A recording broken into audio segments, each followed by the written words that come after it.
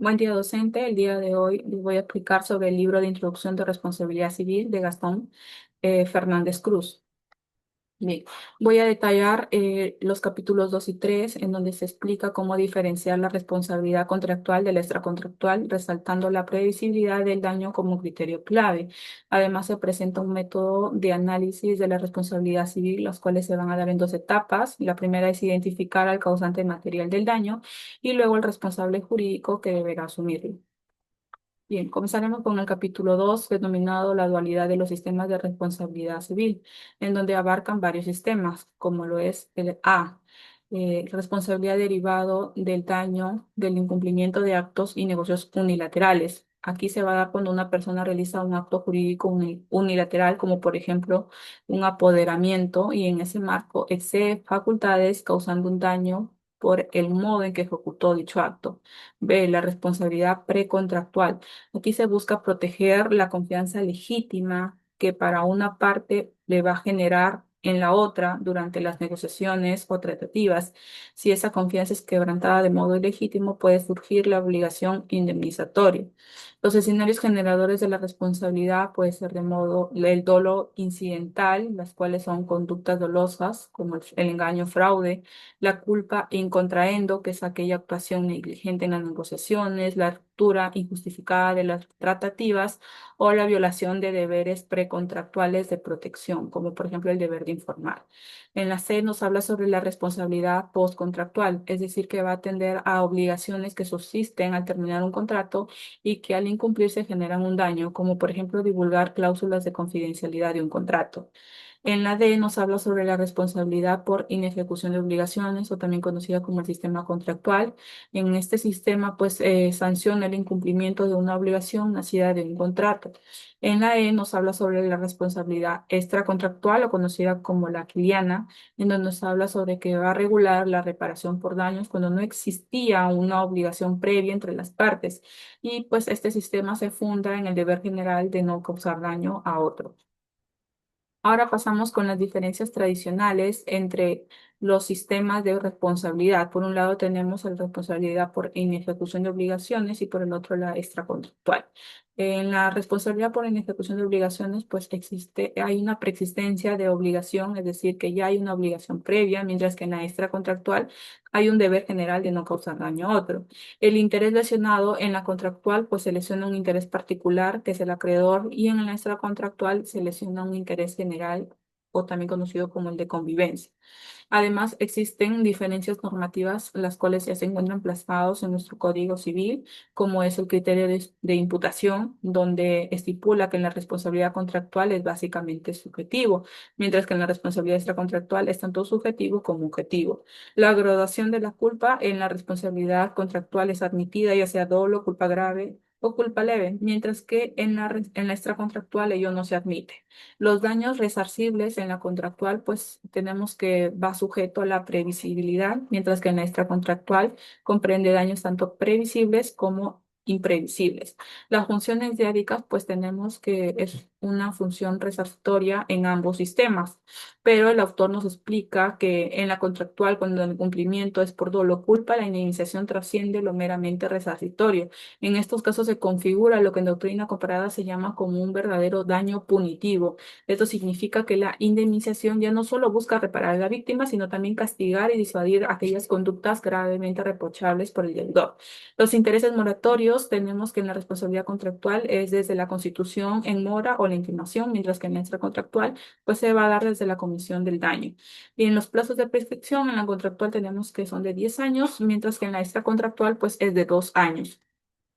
Bien, ahora pasamos a aquellas propuestas de las diferencias entre la responsabilidad por inejecución de obligaciones y en la extracontractual, ¿no? Si bien es cierto, la doctrina intentó diferenciar ambos sistemas con criterios como la existencia de una obligación previa, el interés lesionado, ya sea particular o general, y también pues el deber general de no dañar. Pero el autor nos menciona que estos criterios son insuficientes o poco claros, ya que plantea en este punto pues un criterio más sólido como es el criterio de previsibilidad como distinción, en donde nos menciona que Si bien es cierto, pues lo que propone el autor es que entre todas las diferencias posibles que existan, como las antes mencionadas que están acá, pues se busca que este criterio de la previsibilidad del daño debe ser entendido como el más importante para distinguir conceptualmente ambos regímenes, ya que en uno se permite y en el otro no. Bien, en las alternativas de soluciones ante las zonas grises, es decir, cuando no es claro qué sistema aplicar, pues el autor analiza tres soluciones posibles, como un supuesto que encaja parcialmente en uno y en otro régimen. Eh, tenemos el primero, que es el de la opción, en donde cuando un mismo hecho parece encajar tanto en el régimen contractual como en el régimen extracontractual. Aquí, pues la víctima va a tener esta facultad de poder elegir cuál de los dos sistemas invocar para reclamar el resarcimiento. El autor menciona que nuestro Código Civil rechaza dicha alternativa, que es la opción, como una solución practicable en nuestro ordenamiento, porque nosotros no regimos bajo el principio de teoría no incuria, en el cual pues va a obligar al juez a aplicar la norma pertinente, incluso si la otra parte no la invoca. Por eso es que no existe un derecho potestativo de opción para la víctima en el sistema peruano. En cuanto al cúmulo, pues sostiene que para el mismo daño, la misma víctima y el mismo causante pueden aplicarse simultáneamente tanto reglas contractuales y extracontractuales y obtener tanto una indemnización acumulada bajo ambos regímenes. Pero el autor rechaza dicha postura y prefiere explicar que en muchos casos la respuesta debe darse por la vía contractual ampliada, es decir, por los deberes de protección o control de riesgos del deudor, ¿no?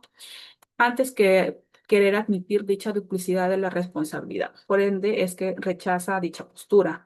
En la concurrencia, pues tenemos que la concurrencia se da cuando un mismo hecho generador y un mismo causante producen víctimas de distinto tipo jurídico. Por ejemplo, algunas pueden tener una relación contractual con el causante y otras una relación extracontractual con el mismo causante. El autor en este punto pues se inclina por esta alternativa cuando las víctimas son distintas y la relación jurídica pues va a diferir entre ellas. Ahora pasaremos a abordar el capítulo 3, en el cual se denomina el método de análisis en la responsabilidad civil. Aquí vamos a ver una propuesta para la solución de casos de la responsabilidad civil. Como hemos visto, pues el autor propone un método de análisis ex post facto, es decir, se analiza el caso después de lo ocurrido el hecho dañoso, siguiendo un camino lógico para llegar a la conclusión. Aquí se va a buscar responder pues dos interrogantes. La primera es quién causa el daño y la segunda es quién debe pagar por él. En este método pues va a tener dos etapas. La primera es la etapa en base al análisis material, en donde se va a buscar identificar al causante del daño, como por ejemplo se van a tener que determinar cuáles son estos elementos como el daño, es decir, que debe haber un daño cierto, subsistente, especial y concreto, debe haber un hecho generador, es decir, la conducta que ha producido dicho daño, y la relación de causalidad, o también conocida como el nexo causal, que es la relación de causa-efecto entre el hecho y el daño. Bien, hay una propuesta, como hemos dicho, y se basaba en dos etapas. Y la segunda etapa es el análisis también de la imputación. Bueno, aquí se va a buscar identificar al responsable del daño. Una vez hallado ya el causante identificado, ahora va a tocar decidir quién debe soportar el coste del daño, o también conocido como el juicio de la responsabilidad.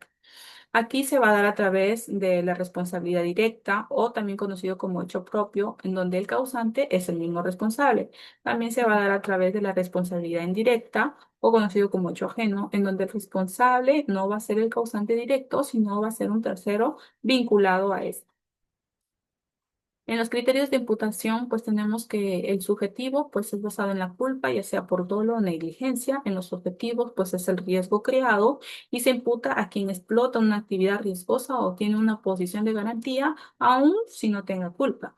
En los supuestos de exoneración versus los supuestos de irresponsabilidad, pues tenemos que en la irresponsabilidad, pues se van a dar casos de inafectación, es decir, cuando no hay un daño resarcible y quedan fuera del ámbito. En la exoneración de responsabilidad tenemos que si hay un daño y un causante, pero no se configura un criterio de imputación, como por ejemplo casos por fuerza mayor, caso fortuito o también por la legítima defensa, por lo que el causante va a quedar exonerado. Bien, como conclusiones podemos decir que tanto el capítulo 2 y 3 muestran la diferencia entre la responsabilidad contractual y extracontractual, destacando, como hemos visto, la previsibilidad del daño como un criterio clave según el autor y también pues proponen un método de análisis en las dos etapas, como identificar al causante y también al responsable del daño. De este modo, los capítulos ofrecen una visión integral. Por un lado, pues se va a buscar aplicar qué sistema favorece más y por el otro, cómo analizarlo paso a paso para llegar a una solución justa y coherente. Muchas gracias.